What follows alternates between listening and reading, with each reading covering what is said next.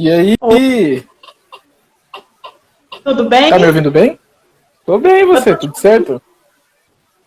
Tudo. Vamos lá. Tô à disposição aí, à sua disposição, à disposição de todos e todas aí. Primeiramente, boa noite, obrigado por me receber. Beleza, Eu sempre obrigada. fico em dúvida pra onde que eu olho aqui. Eu olho pra câmera, não olho pra você, né?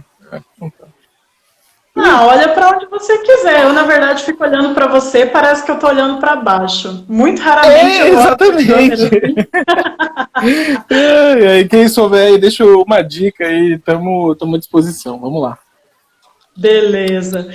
Bom, queria dizer aí para quem está chegando agora que a gente chegou a entrevistar o Vitor Simeão aqui no Dois Coelhos Conversa. Então, para quem quiser saber um pouquinho da história dele e de como começou o envolvimento dele com a arte, pode acessar lá. A live ficou disponível aí, deve estar bem para baixo, que a gente fez bastante live. Ele conta um pouquinho dessa história, dessa trajetória. O Vitor, que é jornalista, deixou o cargo de repórter na Rádio CBN depois de 10 anos, sei lá, um Quase tempo. 7. 7 anos, desculpa. E também sociólogo, né, formado em ciências sociais, criador e coordenador do Clube de Leitura Bons Casmurros. E tem vários casmurros aqui, inclusive, sempre, né? E, bom, vamos lá. Vitor, obrigada por ter aceitado o convite. Já adianto, vai ter muita pergunta, tem muita gente que mandou pergunta. E você está vendo aí que a gente tem 28 pessoas, né? O pessoal está curioso. Queria, então, como sempre, né? Eu sou didática, eu quero começar do começo. Conta um pouquinho como é que foi receber esse convite para ser o nosso secretário de Cultura, que é um bafo, né? Uma coisa assim, uma missão. Então, eu queria saber, assim, em algum momento da sua vida aí de 26 anos, passou pela sua cabeça que você ia ser secretário de Cultura de Maringá? Bom, Rachel, primeiramente, boa noite a você, boa noite a todos e todas. É um prazer estar aqui. Ao longo dessa semana eu me neguei a falar com muita gente, mas para você, um espaço que valoriza a cultura, um espaço que dá espaço para as pessoas que trabalham nesse meio é sempre muito importante. Agora que a gente ocupa um cargo público, a prestação de contas tem que ser diária, a gente tem que jogar a luz a tudo que a gente faz. Bom, eu nunca pensei, honestamente falando, a gente vem trabalhando na área da cultura muito mais comendo pelas beiradas e aprendendo com pessoas como você, como o Miguel Fernando, como o Alan Gaitarosso, como a Heloísa Pedroni Pimentel, como o Renan Parma, com a Thaís Prete, com todo esse pessoal, e por meio de entrevistas, por meio de trabalhos que eles vinham fazendo, e então nunca foi um sonho, nem foi um planejamento. O que talvez decepcione um pouco as pessoas que esperam uma grande história em relação a isso. Porque quando eu estava lá em Umuarama, né, porque eu sou de Umuarama, e toda vez que me entrevistam para alguma coisa eu faço questão de reforçar que o pessoal de Umuarama é firmeza. Né? E a história não é tão interessante também quanto as pessoas talvez imaginem. Né? Durante muito tempo na CBN, eu trabalhava com cobertura política e conheci o Ulisses desde a época que ele era vereador, sempre foi uma boa fonte. Mas assim como todo político, existia uma relação às vezes distante, nunca foi nada próximo. Acontece que a gente vinha apurando como é que ia se formar o primeiro escalão da prefeitura, e foi muito engraçado porque eu conversei com algumas pessoas e ninguém sabia quem quer ser o secretário de cultura. E eu acho que até conversei com você. Eu falei assim, tá todo mundo mentindo, assim, todo mundo sabe que é o secretário e ninguém quer falar. De fato, não tinha secretário. E aí, mas enfim, o Ulisses havia sondado algumas pessoas que por um ou outro motivo optaram por não assumir a secretaria, ou só foi uma sondagem, nada de convite oficial. Ele fez um convite para mim numa tarde de quarta-feira, estava trabalhando normalmente, e foi um susto. Para quem conhece o Ulisses, ele é bem persuasivo, então ele usou alguns adjetivos, e nós que somos de câncer gostamos de alguns adjetivos em específico. E aí funcionou, mas na sequência que ele fez o convite, eu liguei para algumas pessoas, conversei, fiz algumas contrapropostas para o Ulisses, para o prefeito, e naquele dia a gente marcou e tomou já a decisão. Então, Não tem nenhuma história de glamour, nenhuma costura política, não sou indicação de ninguém, a não ser do próprio prefeito. E tem sido uma loucura essa última semana, né? Então não tem uma grande história, não tem uma grande aventura assim, não, porque fui lá e não sei o que, eu liguei para quem? Não, eu recebi o convite, liguei para algumas pessoas. Ah, tô vendo o Moaz aqui, ó. O Moaz é meu amigo da Arábia Saudita. Hello, Moaz, how are you? Ah, nossa, tô emocionado. It's another international live, Moaz. I'm talking about my function with the major. E aí... Desculpa, me perdi. Fiquei empolgado que o Moaz tá aqui. E não tem nenhuma grande história, a não ser talvez um reconhecimento de um trabalho que é muito humilde, muito simples. Eu tenho uma responsabilidade muito grande nas costas. Eu sou um garoto de 26 anos, eu tenho noção disso. Ao mesmo tempo que eu tenho o ímpeto da juventude, porque nós somos jovens, eu tenho também que saber lidar com a tradição. Maringá tem muito essa questão de lidar com a história do passado, de valorizar os pioneiros. Então, a nossa gestão na prefeitura, dentro da Secretaria de Cultura mais especificamente, quer unir essa gana que nós temos com o passado e com a história, respeitando tudo aquilo que já foi construído. Tá. Ó, a Laura falando, você parece que está nervoso, não tem necessidade. Estamos em casa. Tá. Laura, é sempre uma responsabilidade muito grande falar sobre o poder público, falar sobre a cultura, ainda mais porque tem pessoas como você, que tem uma história na cultura local, é uma das grandes personalidades que a gente tem na cultura local, então a gente tem que tomar muita preocupação para valorizar tudo aquilo que a gente tem. Mas eu fiquei nervoso porque eu vi o Moaz de outro país, eu fico empolgado com pessoas de outros países. Eu tive um déjà vu, né? Porque é igualzinho a outra live, que ele também apareceu, você Moaz, e começou a falar com ele. Tá. Como que foi, então, essa sua primeira semana de trabalho? Qual foi, assim, tipo, o seu primeiro compromisso, a sua primeira decisão como secretário de Cultura? Bom, como secretário foi a seguinte, né? Hoje saíram alguns nomes, então, no Diário Oficial, a gente pode anunciar publicamente, mas a gente optou por manter a equipe anterior, que estava antes. Então, Chico, Paulinho, Edson, Rose e Bruno seguem. Eles estavam antes na gestão anterior, com um ou outro cargo diferente, a gente decidiu manter.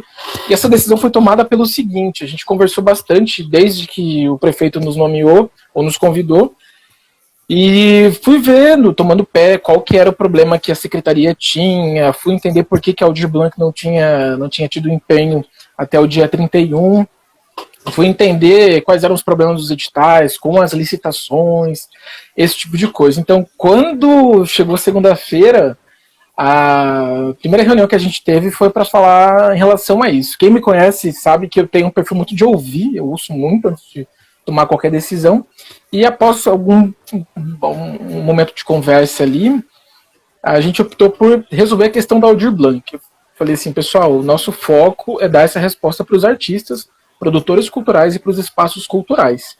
E aí a gente, honestamente falando, a gente fez uma pressão assim bem, bem grande em todo o restante da gestão da prefeitura, e aí a gente conseguiu resolver, né? Você foi hoje ao Calil Haddad, a gente conseguiu empenhar oficialmente R$670 mil nesse momento para 54 projetos de espaços culturais nesse momento da Aldir Blanc. Agora a gente trabalha para tentar resolver o restante do dinheiro que está parado, mas em levantamento interno que a gente fez, é muito possível que a gente consiga empenhar R$2 milhões dos 2,5 mais ou menos que vieram do governo federal, o que é uma grande vitória, tanto para os artistas quanto para a Secretaria de Cultura, quanto para a própria gestão do prefeito Ulisses Maia, pelo seguinte, no final do ano passado, eu estava acompanhando como repórter, havia quase que uma desilusão em relação ao que se faria com esse dinheiro, ou se o dinheiro existiria. E aparentemente, os artistas, produtores culturais e espaços culturais haviam aceitado que não ia ter esse dinheiro. E internamente, acho que eu posso expor isso, Rachel, a gente teve uma conversa e eu falei para você é testemunha disso, falei assim, Rachel, confia em mim, a gente vai resolver isso. Falei ou não falei? Falei assim, Rachel, confia em mim, falei, a gente não vai publicizar isso, mas vai ser o foco do trabalho da equipe. Então essa foi a nossa primeira decisão, E eu quero agradecer publicamente as pessoas que se empenharam. Eu posso esquecer de alguém nesse momento, mas enfim, Chico Pinheiro, que agora é o nosso superintendente de cultura, o Paulinho Schoffen, que está como diretor de eventos, a Rose, que é diretora de espaço, também nos deu uma mão, o Bruno, que agora é nosso gerente administrativo e financeiro, e o Edson Luiz, que está no patrimônio histórico, mas também nos ajudou de alguma forma. O Júnior, que é auxiliar administrativo dentro do setor administrativo, e a Jaqueline também, especificamente essas pessoas assim trabalharam muito, então tem que dar nome a esses servidores, a esses diretores que são importantíssimos, são eles que tocam a Secretaria de Cultura. Então, eu até comentei com algumas pessoas já hoje, sextou, tivemos essa vitória, mas é uma vitória só para um monte de situação que a gente ainda tem que resolver. A gente está cobrando bastante, vai ser uma secretaria com foco em diversidade, foco nas minorias, foco nos artistas e tudo aquilo que a arte e a cultura representam para a nossa cidade. Sim, eu estive hoje lá na Secretaria de Cultura para assinar o tão sonhado termo de compromisso, porque realmente a gente estava com medo de devolver esse dinheiro, porque essa é uma situação nacional, né? A gente está acompanhando todo o movimento que está acontecendo aí na questão da prorrogação e tal, e a gente não tinha certeza se ia ser possível manter esse dinheiro, né, para disponibilizar para os artistas e produtores culturais da cidade. Então, obrigada a você, a equipe.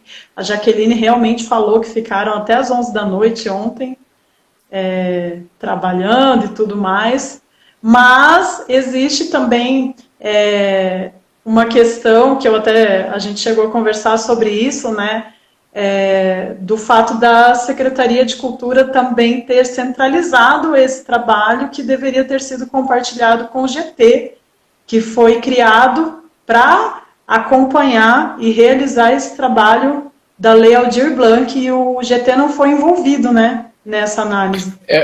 Essa é uma falha que a gente tem que resolver, a gente que assumiu agora vai resolver, mas o que nós conseguimos saber até o momento é que houve algumas decisões de fim de ano por parte do governo federal, a gente fez todo o levantamento das notas e informações que foram soltas entre 28, 29, 30 e 31 de dezembro.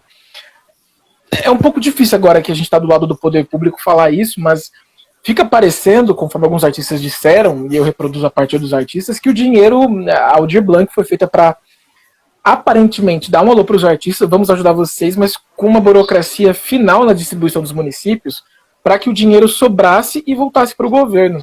É uma explicação rapidamente técnica, é que quando o Aldir Blanc é enviada para os municípios ou para os estados, ela vai como uma verba, resumidamente falando, carimbada, ela tem que ser utilizada numa destinação.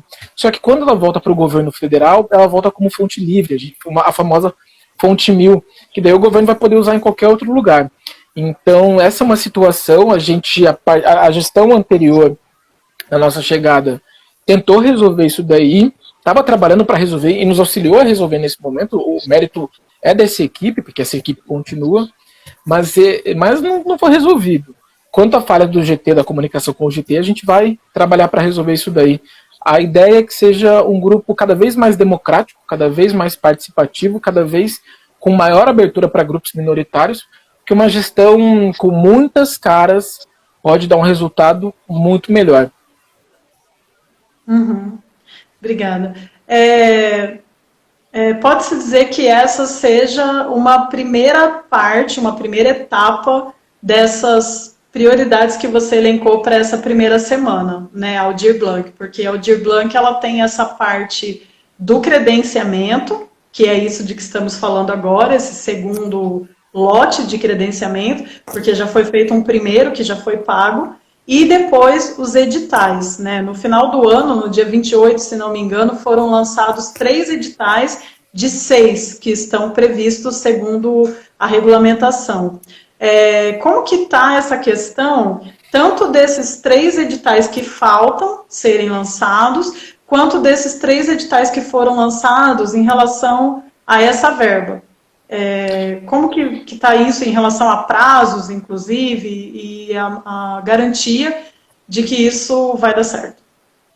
Bom, são 3 editais até agora, né, que foram lançados. O Ponto a Ponto, Arte na Praça e o Em Casa com Arte 2. Eles juntos chegam a R$ 425.000 e o resultado deles vai sair em 28 de fevereiro, salvo engano, no final de fevereiro, não me lembro a data exatamente. Bom, a gente tem recursos separados ali, estamos vendo com a contabilidade da Fazenda como que a gente vai lançar, mas o que eu garanto é que esses 3 vão ser lançados. Em relação aos outros 3, a gente tem alguns pequenos empecilhos que são os seguintes. A minuta deles, de boa parte deles, aliás, dos 3, está pronta, então assim, eles estão encaminhados. O que acontece é, você deve ter visto, né, ontem o governo federal, na noite de ontem, né, o governo federal soltou um comunicado falando que em breve deve dar alguma explicação sobre a devolução de parte do edital, dos recursos que ficaram em relação ao Aldir Blanc, recursos que não foram empenhados. Hoje o nosso setor financeiro estava avaliando isso daí, a gente fez uma espécie de força-tarefa dentro da secretaria para resolver, e até o momento o que eu sei é que esses 3 foram garantidos. O que a gente tem em relação aos outros 3 é, se possível, dentro do nosso próprio orçamento municipal, se for o caso, a gente deve ter reuniões com a Fazenda na próxima semana, a gente pode lançar e tentar sustentar com o dinheiro próprio. As dificuldades que são colocadas a partir daí é o seguinte, vocês devem ter visto também, a Pfizer informou que a vacina dela deu 78% de resultado, e o nosso prefeito Ulisses Maia já fez um protocolo de intenção de compras dessa vacina, salvo engano, ou tem um protocolo de compras com o governo de São Paulo. E o que isso quer dizer? Ninguém falou nada, ninguém comunicou nada pra gente. O meu instinto de repórter, meu faro de repórter continua indo apurado, né? Não faz muito tempo que eu estava trabalhando com isso. Eu acho que em algum momento a gente pode esbarrar numa burocracia por conta da vacina, sim, honestamente falando, porque o orçamento é limitado, gente. E é uma das coisas que eu tenho batido muito na tecla internamente, é que a gente tem que mostrar para as pessoas que, infelizmente, na gestão pública, o orçamento é limitado. 2021, o exercício fiscal tem 1,8 bilhão de reais. Desse 1,8 bilhão de reais, 1,4, 1,5 mais ou menos, é o que a gente chama de receita corrente líquida. A partir desse caminho, 50%, aproximadamente 50% desse total, estão vinculados ao gasto com o servidor público já, desde pagamento, progressão e aposentadoria. 50% restantes são para as 25, 26 secretarias que agora tem ao todo. Desse valor, 40%, salvo engano, já estão com saúde e educação. O restante você tem que dividir por outras 24 pastas. Então, imagine como que é lidar com tudo isso daí. É um dos desafios que a gente tem na gestão. A gente vai brigar. A gente já tem ideias de editais e de alterações para editais, porque a gente não pode deixar nesse momento de pandemia nenhum brasileiro, nenhuma brasileira desamparado ou desamparada. Isso inclui, obviamente, produtores culturais, artistas e responsáveis por espaços culturais. Ainda a gente não consegue garantir, a gente vai trabalhar para lançar os outros 3 editais que ainda não foram publicados, mas a gente garante que vai dar o melhor, essa nossa equipe vai trabalhar para conseguir resolver todos esses problemas. Uhum. Dessa primeira semana de trabalho, tem outras pautas, outras questões que entraram em debate que você poderia comentar com a gente? Porque a gente sabe que a quantidade de demandas da Secretaria de Cultura é infinita, né? É muito, muito grande mesmo. Então, assim, o que você poderia trazer para a gente dessa primeira semana? Que eu acho que já deve ter vindo muita coisa ao mesmo tempo, né? Porque as pessoas estão ansiosas. Quer ver uma questão que eu acho que é muito importante falar? Também estava na nossa lista de prioridades no primeiro dia, no primeiro e segundo dia. A gente já conversou, eu acho que no terceiro dia, na quarta-feira, a gente bateu o martelo, que é o seguinte: a Semana de Cultura 2021 vai ter no edital uma categoria para negros, indígenas e ciganos. A gente vai fazer a inclusão dessas minorias. E mais, a gente vai abrir para a literatura surda. A Semana de Cultura vai contemplar, vou repetir, negros, indígenas, ciganos e poesia surda. Eu fico muito emocionado, eu fico muito feliz por saber que a nossa equipe acredita nesse tipo de inclusão, que a gestão do prefeito Ulisses Maia também acredita nessa inclusão. E é isso, a gente tem que trabalhar cada vez mais para incluir, para resolver e para mostrar a participação das pessoas, para mostrar que existe existem segmentos que muitas vezes a gente não se dá conta. Eu poderia falar muito sobre a questão negra, poderia falar um pouco sobre a questão indígena, menos ainda, pouco menos sobre a questão cigana, mas eu quero falar especificamente sobre a questão da população surda. Eu, no curso de Ciências Sociais, eu tive a disciplina de Libras, e eu, assim, no meu primeiro dia de aula, eu saí chorando, revoltado com a vida. E pode parecer meio piadinha, meio bobeira, mas eu juro que é verdade. Eu me lembro que saí da aula, no Brasil são aproximadamente 13 milhões de pessoas que são surdas. E eu fiquei pensando assim, são 13 milhões de pessoas que não podem ouvir Roberto Carlos.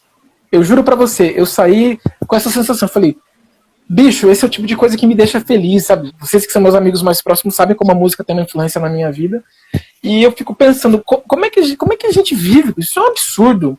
Então a arte na nossa gestão vai ser cada vez mais inclusiva, e essa é uma dos furos jornalísticos que a gente pode dar aqui nessa live. A outra é que a gente priorizou também o trabalho para lançar o Aniceto Mate 2020, que, enfim, travou ano passado, a gente quer lançar ainda neste mês, mais tardar no mês de fevereiro, mas a gente também fez uma força-tarefa de cobrança da licitação lá, o pessoal já deve estar um pouco de cara com a nossa cobrança, mas assim, a gente chegou para, com todo respeito, batalhar, lutar e mostrar que a gente cada vez mais vai dar vez e voz aos artistas e produtores culturais aqui de Maringá. Legal, que lindo, parabéns. Queria registrar algumas coisas aqui, já que essa live vai ficar gravada, e é praticamente histórico, né? Porque essa foi uma preocupação e um cuidado que realmente nunca existiu aqui na nossa cidade por parte do poder público. Então, primeiramente falando sobre a questão surda, depois eu falo do Aniceto. Eu já realizei alguns projetos culturais aqui em Maringá com a tradução em Libras, né, intérpretes de Libras. E eu já tive uma questão de fazer interpretação para nenhum surdo. Emendando com uma pergunta que foi feita pelo Leonardo Fabiano a respeito da divulgação, eu queria saber se houve, ou há, ou haverá, enfim, algum plano de divulgação ou de alterar a questão da divulgação dos projetos culturais da Secretaria de Cultura, pensando que a partir do momento que é criada essa demanda, né, essa solução, ela precisa chegar também no público, né, porque como é um público que nunca tem nada, eles não têm o hábito. Então, de que maneira você pensou em resolver essa questão do público também, para além dos produtores, né? Em relação à população surda, você diz? Em relação à população surda também, mas é porque eu queria comentar que uma coisa que eu estava bastante insatisfeita e criticando bastante era a questão da divulgação da Mostra em Casa com Arte, por exemplo. De modo geral, de modo geral. Eu percebi que essa semana houve uma mudança, né? Então, assim, acredito que também tenha sido um toquezinho Vitor Simeão. Então, eu queria saber a questão da divulgação, de um modo geral, e especificamente para a questão do público surdo. Eu preciso ser justo. A mudança ocorreu por conta do Paulinho Schoffen. Olha que loucura, um bastidorzão, assim. Existe, na verdade, uma equipe de comunicação dentro da prefeitura, só que como foi o fim de ano, essa equipe foi desmontada. E pelo menos no que nos disseram, tudo que tinha que acontecer passava por essa equipe. Então me parece que, enfim, os caras tinham que dar conta de toda a prefeitura, né? Que era por isso que tinha uma arte um pouco mais simples. Como agora não precisa passar por eles, e talvez a partir de segunda deva passar, porque a gente está falando isso publicamente, alguém vai se tocar e informar isso, a gente conseguiu mudar as artes. E aí é um trabalho do Paulinho Schoffen com os dois estagiários. Se eu não me engano, uma delas se chama...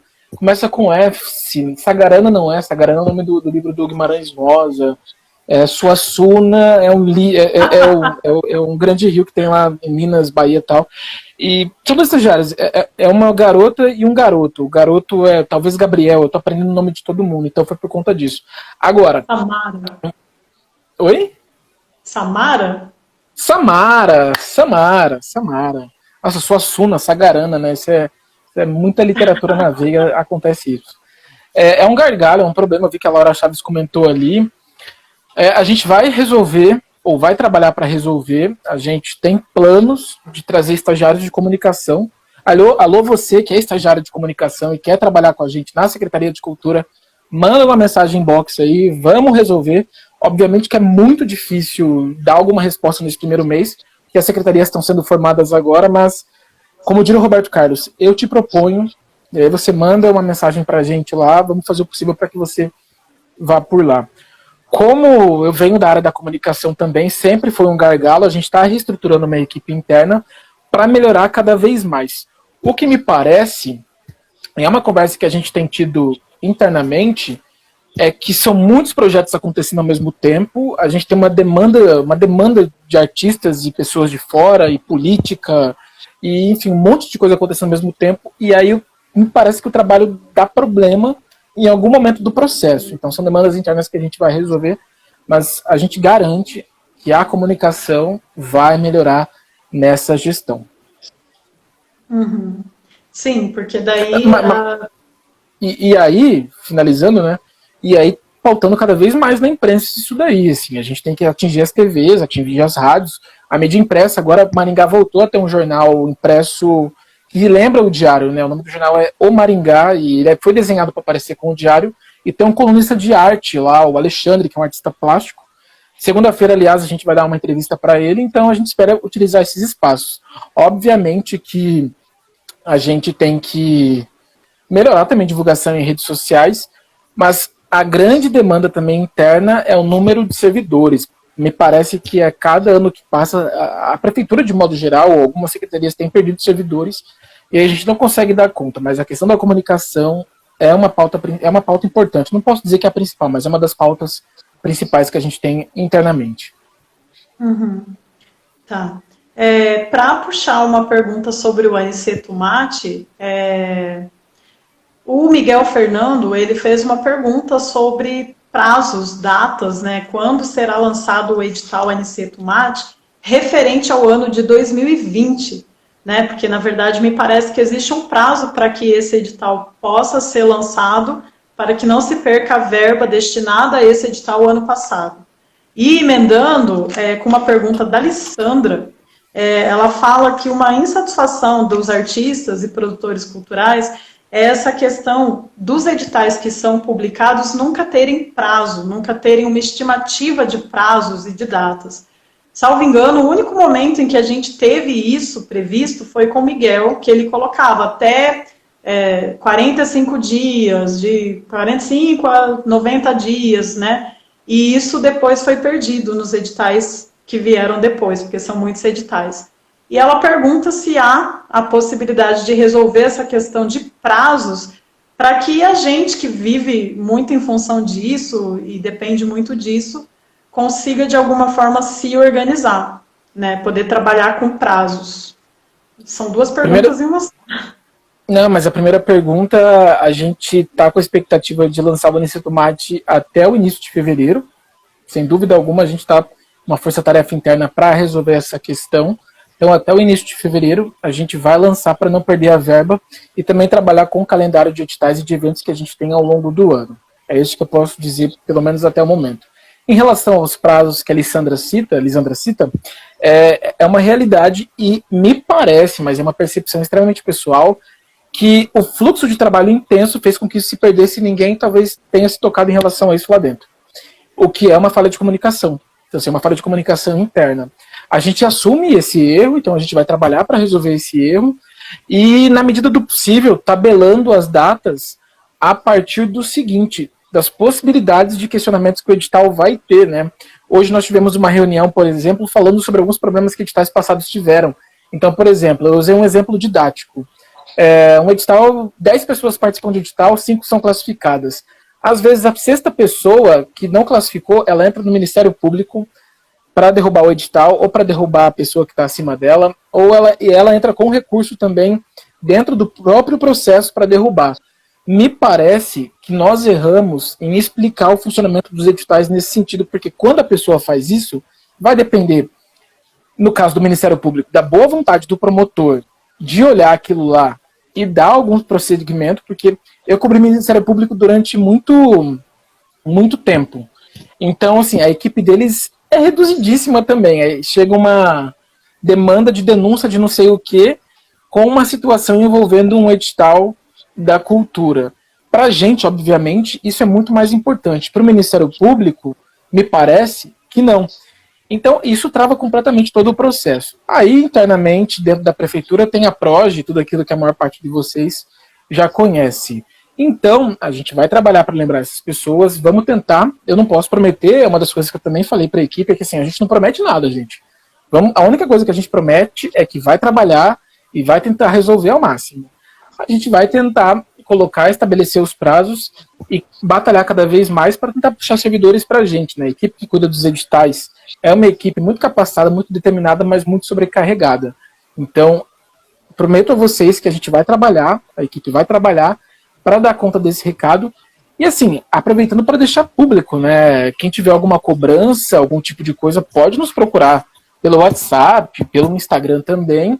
E na medida do possível a gente responde pelo seguinte: a gente tem que responder, um cargo público tem que responder. E na medida do possível a gente explica o que a gente não sabe, a gente tenta encontrar quem possa falar sobre isso, porque a gente não pode ter medo de crítica. A gente está ocupando um cargo público, numa gestão pública, tem que resolver. Eu queria muito já ter conversado com algumas pessoas essa semana, já quero marcar um encontro com algumas pessoas na próxima semana, e a nossa sala vai estar aberta a todos e todas. Assim. Eu tive conversa com servidores também e falei assim, gente, pareçam na sala. Hoje eu almocei com eles lá, né? A gente pegou marmita, estava comendo junto, e comecei a conversar, qual que é o problema que vocês têm aqui? Vamos conversar. A gente tem que ter uma gestão descentralizada que ouça essas pessoas. É uma grande... Tem algum bichinho ali? Tem uma grande dificuldade nesse sentido de... Só um minutinho. Não tem bichinho não, né? A gente tem uma grande dificuldade, talvez, de conseguir explicar essa questão de prazo, de licitação, então a gente tem que deixar cada vez mais claro, como a própria Laura Chaves falou ali, acho que foi a Laura que falou, ela discorda da minha pontuação e ela disse que isso sempre foi lembrado para a equipe. Bom, então a gente aceita essa crítica, vamos trabalhar para melhorar. Quem sabe já no próximo edital a gente já não estabelece essas datas aí. Uhum. Você sabe que eu sou uma pessoa que critica, né? E a gente já conversou algumas vezes, já te mandei milhões de mensagens, e sobre isso eu havia feito uma sugestão para você em relação especialmente ao edital do Prêmio LC Tomate, de promover uma consulta pública, a exemplo do que foi feito pelo Miguel no edital anterior. Ele fez não só uma, como 3 consultas, que foram bastante importantes para algumas atualizações que foram feitas nesse último edital. Estou imaginando que para esse edital que vocês pretendem lançar em fevereiro, por conta do prazo, isso não será feito. Estou imaginando. Possivelmente. Sim, mas queria saber em relação ao próximo edital, emendando com essa questão do diálogo com a classe, né? De que maneira você pretende fazer isso e de que maneira você pretende também, sobre essa questão do diálogo, da abertura, da crítica e tudo mais, se relacionar com o Conselho Municipal de Cultura. Como você vê o que deve ou não ser levado para ser discutido no Conselho? Bom, eu acho que o diálogo com a classe perpassa, sem dúvida alguma, o Conselho Municipal de Cultura, né? Uma das instâncias democráticas dentro da nossa organização na sociedade. Então, um dos diálogos, com toda certeza, vai ser por meio do Conselho Municipal de Cultura. Na medida do possível, outra forma de estabelecer uma conexão, uma conversa, é participando das ações, então assistindo lives, respondendo a perguntas de jornalistas, ou de jornalistas que são da área da cultura como você, respondendo a questionamentos que mandam de forma privada para a gente, ou mandam no nosso e-mail, ou mandam na ouvidoria. Os canais de comunicação, de diálogo, são imensos. Quanto ao Conselho Municipal de Cultura, o que eu soube é que vai haver uma conversa, me parece que no dia 25 de janeiro, o pessoal queria uma conversa mais extraordinária um pouco antes, e a nossa equipe achou melhor não, porque a gente está tendo um monte de reunião agora, assim, porque está montando a gestão também da prefeitura como um todo, e eu estou tomando pé de algumas situações que, assim, são inimagináveis para quem está fora da secretaria, como, assim, um exemplo básico. 2 pessoas, às vezes, no mesmo setor não conversam entre si e aí isso atrasa algum tipo de trabalho. Então esse é o tipo de coisa que também a gestão ali dentro tem que resolver, porque um problema interno reflete no problema externo. Então tem que pensar em relação a isso daí.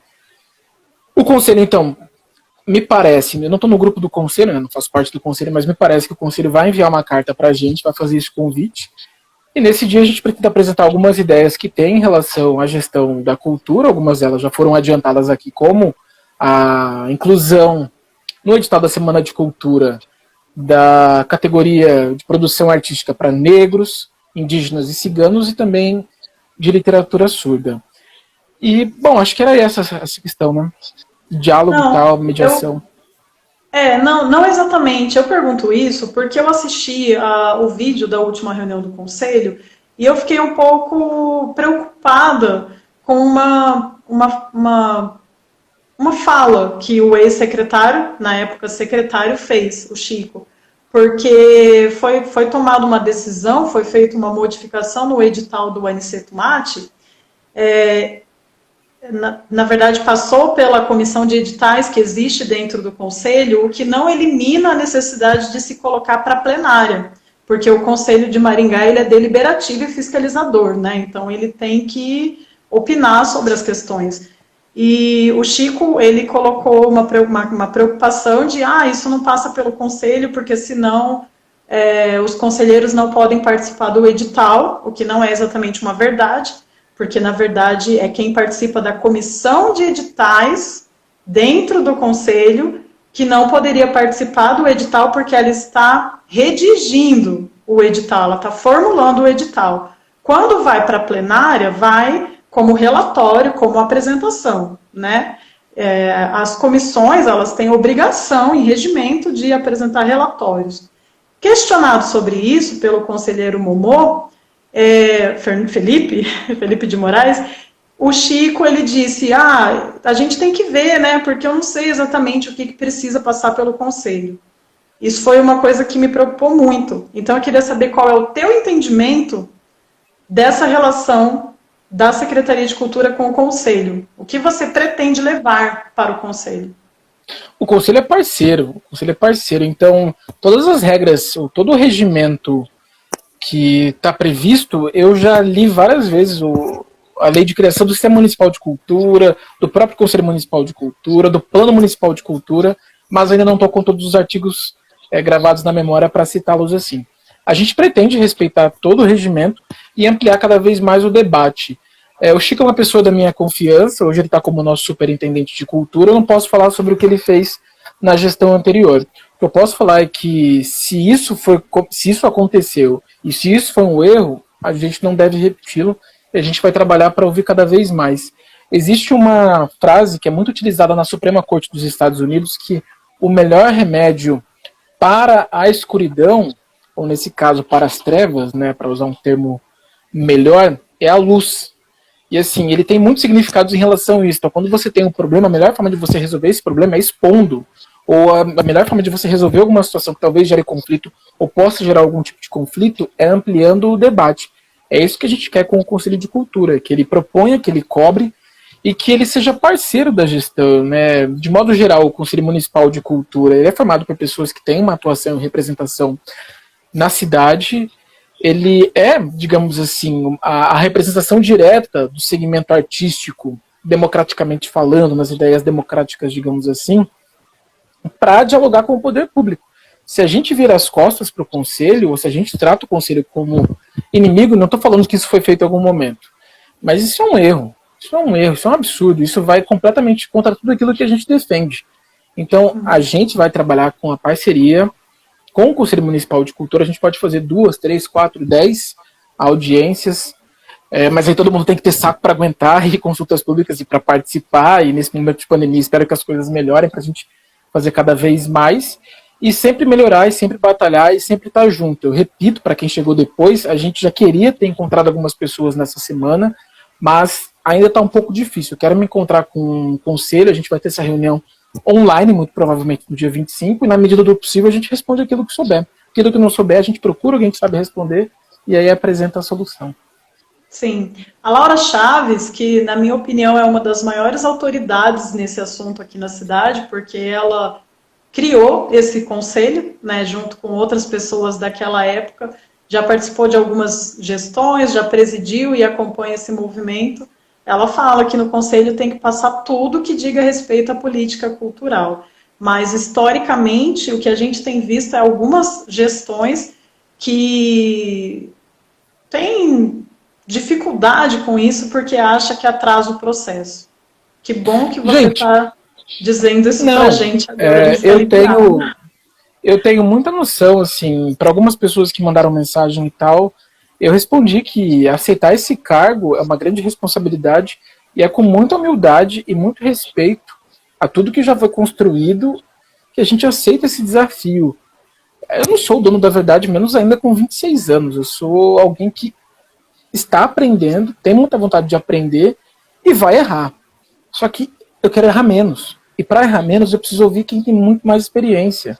Preciso ouvir você, preciso ouvir o conselho, preciso ouvir a Laura Chaves. Então a gente tem que abaixar a cabeça, conversar e, na medida do possível, atender, se não a todos, pelo menos o maior número de interesses possíveis para ter uma gestão democrática, para ter uma gestão participativa, para ter uma gestão LGBT, uma gestão negra, uma gestão voltada às minorias. A gente não pode se considerar o dono da verdade, a gente não pode achar que está tudo decidido. Assim, a gente afunda. A gente quer navegar e navegar junto. Que amado. Adoro. Acho que você não respondeu diretamente sobre a questão das consultas públicas e dos diálogos setoriais. Se é algo que você pretende realmente fazer ou se a sua interlocução seria mais com o conselho enquanto um órgão de representação. Você tem razão, a gente não falou, mas foi uma das coisas da primeira reunião que a gente já divulgou. Se fosse muito possível, assim, honestamente falando, a gente queria começar em fevereiro, assim, bem de verdade. A gente estava vendo algumas datas assim possíveis, mas o que acontece nesse momento, Rachel, quem nos assiste, a prefeitura está se organizando, então pelo jeito vai ter muito evento também, e a gente quer o maior número de pessoas interessadas possível. Então, na medida do possível, a gente quer começar a partir de fevereiro os diálogos setoriais. É algo que, salvo engano, o Miguel fez, é algo que traz resultados e aproxima a categoria, né? Espero muito que a gente consiga fazer a partir de fevereiro. É uma das prioridades da nossa gestão. Agora, vamos ver o calendário e as datas assim, né? Porque uma coisa que a gente tem conversado também, e eu digo conversado nós aqui, eu e você e parte de quem está nos assistindo também. Tá todo mundo de saco cheio de fazer coisas pela internet, assim. Essa live hoje tá legal porque, enfim, é novidade, 2021 e tal. Mas, tipo, na segunda, terceira, de modo geral, todo mundo enche o saco, assim. Então, o mundo possível seria uma vacina, todo mundo protegidinho ali e tal, e se reunindo pessoalmente com distanciamento. A gente consultou a gestão essa semana pelo seguinte: o governo do estado liberou eventos com até 25 pessoas. E no município aqui tem uma normativa diferente, mas até o dia 11 deve ter alguma novidade. Dependendo de como for, a gente pode até pensar em fazer presencialmente. Mas aí precisaria deslocar pessoas para cuidar de protocolo e tal. Particularmente falando, a gente prefere. Mas ao mesmo tempo, como a gente fala que quer algo democrático e acessível, existem pessoas que são do segmento que já fazem parte do grupo de risco. Então, às vezes, pela internet vai ser melhor. Vamos conversar se der tudo certo a partir de fevereiro. Mas, como eu disse, esse primeiro mês, desse primeiro ano, porque é uma nova gestão, embora seja de continuidade, as coisas estão um pouco mais atropeladas. Não digo em relação à CEMUC, mas eu digo a prefeitura de modo geral. Tá. Foi perguntado também pelo Leonardo Fabiano se existe alguma expectativa de se reabrir os teatros, pelo menos para ensaios e também gravações, né? Já que a gente está fazendo muita coisa nesse esquema online, se existe essa possibilidade, porque as pessoas também estão meio sem espaços, né? Para produção, preparação dos seus trabalhos. A gente estava conversando sobre isso ontem. Vai ter que consultar protocolo. Eu preciso ser realmente honesto com vocês. Não temos nada oficialmente até esse momento, mas já é um assunto. Então, Leonardo, fico te devendo essa. Espero que até semana que vem a gente tenha alguma resposta, porque existe toda uma demanda do aparelho cultural de modo geral. Né? Então, assim, as próprias bibliotecas, etc, etc, etc. Não sei se todo mundo sabe também, mas muitos servidores da CEMUC têm mais de 60 anos ou têm algum tipo de comorbidade. Então, além da gente ter perdido... hoje a gente pediu um relatório. Pelo menos desde 2014 até hoje, a CEMUC perdeu 14 servidores. Perdeu, assim, saíram e não foram repostos. Vou repetir, 14 servidores que não foram repostos. Nesse nível, nesse período, aumentou o número de editais, o valor dos editais aumentou, a máquina pública, cada ano que passa, se torna mais complexa, porque a burocracia aumenta para evitar qualquer tipo de problema, e os servidores não foram repostos. Então, é uma série de problemas que criam uma bola de neve assim que a gente tem que resolver. A gente visitou hoje, por exemplo, a Biblioteca Centro, e existe hoje uma demanda de algumas pessoas pela reabertura. Mas a gente conversando com alguns servidores lá, tem servidor que não quer porque não se sente seguro. Então é um pouco complexo você mediar esses conflitos, porque ao mesmo tempo que a gente quer uma gestão democrática, a gente quer que as pessoas acessem os aparelhos, os servidores às vezes não se sentem seguros. E aí eu me lembro de uma frase do nosso querido Barack Obama, ele disse que política é decepção. Então, para você tomar uma decisão, alguém vai ter que não ficar feliz. Então, a gente quer encontrar a melhor solução possível.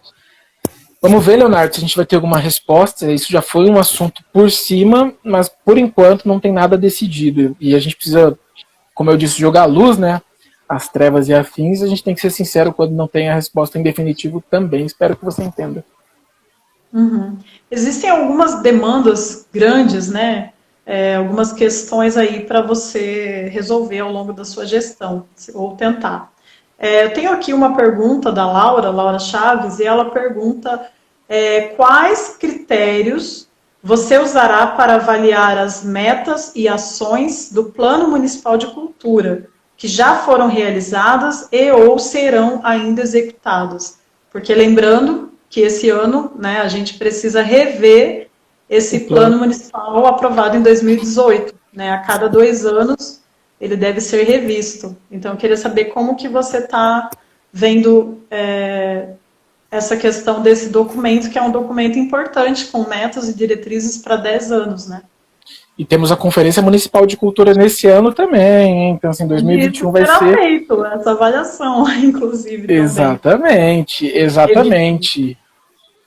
No primeiro momento, obviamente, que a gente tem que chamar o Conselho de Cultura e, de modo geral, abrir para quem quiser participar e discutir, para pegar os dados que a gente tem e ver aquilo que foi proposto e foi realizado, né? Eu acho que é um assunto que é muito complexo, eu acho que é um tema que é muito interessante, e esse é o tipo de coisa que precisa de uma participação democrática. Eu acho que um caminho possível, eu gosto muito de economia, né? Então um caminho possível é ver o que foi estabelecido a partir do tempo, ver o quanto de dinheiro foi empenhado ou foi gasto naquele item, ou o que já foi gerado a partir daquilo, e ver, fazer um cálculo, dá para fazer uma regrinha de 3, obviamente que a gente está trabalhando com seres humanos, e seres humanos não são métricos como a matemática, mas ver qual foi o resultado que os investimentos trouxeram, e aquilo que estiver acertando a gente segue neles, aquilo que não estiver funcionando vai ter que fazer algum tipo de suplementação, a revisão vai ver também aquilo que foi prioritário em 2 anos atrás, quando um segmento em específico participou e decidiu que foi prioritário. A gente vai ver o que já deu em relação a isso. Nesse ano, os grupos vão participar e vão ver o que eles querem de prioridade. E a Laura comentou que a avaliação feita pela CEMUC é uma fantasia. Pois é, eu não posso falar sobre as gestões anteriores, mas eu acho que a gente pode construir juntos. Eu acho que a Laura Chaves pode ser uma pessoa que pode apontar muito. Você e os demais interessados podem apontar o que foi feito, o que foi dado de resultado, a partir de investimento, números, aquilo que funciona, gente, seguimos. Aquilo que não funciona, a gente tem que tentar estabelecer uma ferramenta para que se resolva. A grande dificuldade é, o cobertor não consegue cobrir a todos. O cobertor não consegue dar um jeito de, enfim, ser investido em tudo. Então a gente vai ter que discutir, e repito, política decepcionar, e alguém sempre vai sair decepcionado. Temos que trabalhar para que o maior número de interesses seja atendido. Então é isso. Pessoas, participação do conselho, discussão e métrica. A gente pode tentar criar uma forma. Nosso gerente financeiro, o Bruno, ele é ótimo nisso daí também. Então, dá para a gente estabelecer esses parâmetros. Tá. Essa semana foi divulgada uma notícia aí de um novo projeto, né? Novo velho projeto, porque é um pouco antigo, da Ágora, e o novo projeto da nova biblioteca, né? Que seria lá o projeto para o novo centro, do Oscar Niemeyer, tal, muito bacana mesmo. Uma preocupação é em relação ao Cine Teatro Plaza, que fica numa localização próxima, né, que havia sido uma promessa de campanha da primeira gestão do Ulisses e que há algum tempo a gente não está mais ouvindo falar sobre. O Miguel, ele também fez uma pergunta sobre como você pretende resolver essa questão. E a preocupação é que esse novo projeto, de repente, tire um pouco o Plaza do foco, né, por uma questão de proximidade e também de investimento e de tempo, para que esses projetos aconteçam, que a gente sabe que vai demorar, é uma obra, enfim. Bom, vamos lá. Em relação primeiro a esse projeto, também nos pegou de surpresa e aparentemente pegou muita gente de surpresa lá dentro, porque era algo que, enfim, foi tocado pelo deputado federal Ricardo Barros, que é o líder do governo federal nesse momento. São 25 milhões no recurso carimbado, 25 milhões de reais que só podem ser gastos nessa obra. Isso está muito mais com o IPLAN, que é o Instituto de Pesquisa e Planejamento de Maringá. Então, sobre a obra especificamente falando, a gente não pode falar. O que se sabe é que a gestão, a prefeitura como um todo, quer que o investimento seja feito, porque são 25 milhões num recurso que está pronto, num recurso que está separado para ser investido nesse centro cultural. Aliás, um centro cultural que vai ter auditório, anfiteatro e biblioteca. Pode ser um marco na história e vai ter o desenho do Oscar Niemeyer. Que aí é um outro debate também, a gente pode fazer numa outra oportunidade. Eu sei que o IPLAN, o nosso querido Edson, do Patrimônio Histórico, tiveram uma reunião com alguns arquitetos, me parece que nesta sexta-feira, para falar sobre o assunto. Então, conversas têm sido feitas. Ponto. Em relação ao Cine Teatro Plaza, eu me lembro que eu também acompanhava quando era repórter, desde a época do Cine Teatro Plaza é Nosso, que, enfim, envolveu o Carlos Mariucci, que era um vereador que apoiava a cultura. E o que eu soube, a gente pediu esse relatório também para entender o que tem acontecido, é que foi feito um empréstimo, né? O empréstimo da Caixa está pré-aprovado, então o dinheiro ou está chegando ou já chegou à conta. Mas a avaliação dos técnicos da prefeitura é que o trecho, a parte que tem que ser comprada, custa 9 milhões e o proprietário quer 12 milhões. Então existe esse problema e me parece, assim, não conseguiram nos dar essa resposta ainda, porque, enfim, a Prodi também está nomeando as pessoas nesse momento, está vendo quem vai ficar com tal cargo e tal, que me parece, mas tem que chegar isso daí, tem que esperar, tem que checar isso daí, que a justiça, ou o perito da justiça, estava dizendo que o dono tinha razão por pedir 12 milhões de reais. Então, assim, a gente tem um problema que é falta de orçamento. O que acontece é, na segunda-feira nós tivemos uma reunião entre o secretariado e o prefeito Ulisses Maia, e ele falou o seguinte: imprimam ou coloquem na tela do computador de vocês o plano de governo. Tudo tem que ser entregue até o nosso final de gestão. E o Cine Teatro Plaza está lá. Eu mesmo já conversei com o Miguel, o pessoal tá rindo de alguma coisa ali, eu não vi o que é, depois eu quero saber, porque eu quero dar risada também. Eles estão incomodados que a gente está fazendo muita pergunta para você, mas você acabou de chegar, mas isso foi conversado, gente. Ele sabia que eu ia abrir para perguntas das pessoas, as pessoas mandaram essas perguntas, e eu perguntei, Vitor, posso perguntar sobre tudo? Ele falou, sim, pode, então vou perguntar. Mas a ideia da gestão é ser cada vez mais transparente, porque, assim, como eu disse, repito, é só jogando luz que a gente consegue resolver a situação. Salvo engano não, o próprio Miguel, a gente já conversou sobre isso em outras oportunidades, ele acha que um dos caminhos possíveis, aí, Miguel, me corrija se eu estiver enganado, seria uma parceria público-privada para tentar resolver essa situação, e aí talvez quem comprar a parte do Plaza ali, resolver isso daí, talvez possa fazer algum tipo de exploração de uso comercial, que é algo que é muito criticado por alguns segmentos artísticos, culturais, mas foi muito bem explorado pelas gestões do governo federal, principalmente Lula 2 e Dilma 1. Então, a possibilidade de você dar uma solução ao problema, obviamente, ele precisaria criar talvez uma espécie de conselho gestor, ou algo que acompanhe toda a situação. A outra questão possível a gente teve uma reunião com o prefeito Ulisses Maia, daí a cultura, assim, e o próprio prefeito, e ele anunciou que tem dinheiro em caixa. Depois a gente checou com a Secretaria da Fazenda, a gente tem 110 milhões de reais de superávit, só que a gente está no meio de uma pandemia. O nosso trabalho tem que ser também político, de explicar que a cultura importa e importa sim. Então, é brigar. Eu acho que o que a gente pode fazer em algum momento, talvez lá para março, fevereiro, quando as coisas derem uma baixada na poeira e a gente se situar ainda mais dentro da secretaria, talvez definir juntamente quais são as prioridades que a gente quer brigar. Porque, por exemplo, a gente precisa de reformas nos teatros. Calil, Reviver, Barracão, a gente precisa de reforma no Céu das Artes em Iguatemi, que é uma das características que a gente tem também, que é priorizar sempre a área central e esquecer a periferia. E isso é uma crítica que eu faço à nossa gestão e às pessoas da cultura de modo geral, porque sempre fica no discurso. Porque é muito...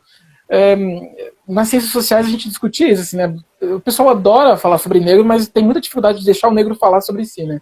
Então a gente tem esse problema que é o de sempre falar assim, não, tem que ir para a periferia. Mas na hora que vê que o cobertor é curto e vai para lá, fala assim, não, mas tem que resolver aqui primeiro. Então, é uma situação muito complicada e muita gente faz isso e está tudo bem. Então, a gente talvez tenha que sentar juntamente, tem essa possibilidade da parceria público-privada, uma briga interna política pelo orçamento e se organizar, fazer um debate com a classe artístico-cultural, com arquitetos e afins. E nós temos a sorte de ter o e-planner, de pesquisa e planejamento, cuja secretária, ou a diretora-presidente, é a Bruna Barroca, que é uma pessoa que é uma super apoiadora da arte, enfim. Ela está com a gente mesmo à distância, porque, enfim, pandemia, né? Não dá para ficar tão junto assim. Sim. Bom, o nosso tempo vai acabar. Eu queria agradecer a sua disponibilidade e queria também informar para o pessoal aí que está preocupado com isso que eu sou amiga do Vitor, eu conheço o Vitor há muito tempo e eu falei com ele sobre a questão das perguntas, né, gente? Tá tudo bem, tá tudo bem. Enfim, a vaga de ninguém, enfim, longe de mim. E a gente está muito feliz com a indicação do Vitor, tenho certeza que ele vai fazer um bom trabalho. Vitor, se der tempo, últimas palavras e houve, lógico, perguntas sobre a Flim, como poderia não ter, né? Que é a sua super área e seu super projeto, em que você está sempre lá participando como mediador e tudo mais. Vamos lá, fala pra gente aí, comentários finais. Enfim. Quanto tempo a gente tem? Dá para você ver aí? Sabe quanto tempo? A gente vai cair a gente vai cair a qualquer momento. Vamos trabalhar para fazer uma grande Flim e contem comigo, contem com a gestão. Comigo pessoalmente falando, estou aqui no Instagram, tem meu WhatsApp, podem pedir meu WhatsApp. Estou à disposição. Rachel, muito obrigado pelo espaço. Artistas, produtores culturais, contem com a gente. Não vamos conseguir agradar a todos, mas vamos tentar agradar a maior parte de vocês assim. Eu sou um canceriano, acho que a gente pode fazer um grande trabalho, confiem na equipe. E segunda-feira, se der tudo certo, teremos mais uma mulher nomeada na nossa gestão. A gente quer trazer mulheres, a gente quer trazer gente capacitada, a gente quer dar espaço negros, minorias e afins. Vamos trabalhar junto, contem comigo, axé. Muito obrigada, Vitor. Ainda nem começou a contagem regressiva aqui. Mas não, é melhor que a gente encerre. Mentira, Danilo, sério? Ai, gente, é porque depois que mudou o Instagram, eu não fiz mais live. Então, essa é a minha primeira. Vitor, você quer falar mais alguma coisa? Danilo Furlan diz que não acaba mais com 1 hora a live. O Danilo é especialista em live. Você quer falar mais alguma coisa com tempo, com calma? Eu acho que não, vamos deixar aí 1 hora assim, vamos trabalhar, né? Acho que é importante a gente deixar o que está aí. Repito para quem chegou depois, o nosso primeiro edital sobre a Semana de Cultura vai incluir negros, ciganos, indígenas e literatura surda. E aí fiquem preparados, alguém vai reclamar disso daí. Então, gestão pública é isso, estamos preparados, torçam pela gente e vamos trabalhar. Tá certo. Muito obrigada, Vitor. Muito obrigada a todos que acompanharam. Pretendo deixar a live gravada, se eu não me perder aqui nesse Instagram pós-mudanças. Fica aí o convite para todo mundo assistir. Foi muito interessante. E também acompanhar aí a gente, Dois Coelhos, se tiverem interesse e se ainda não seguirem. Vitor, obrigada, um beijo, sucesso, boa sorte. Conte com a gente sempre, tá bom? Eu que agradeço, estou sempre à disposição, a nossa equipe está sempre à disposição.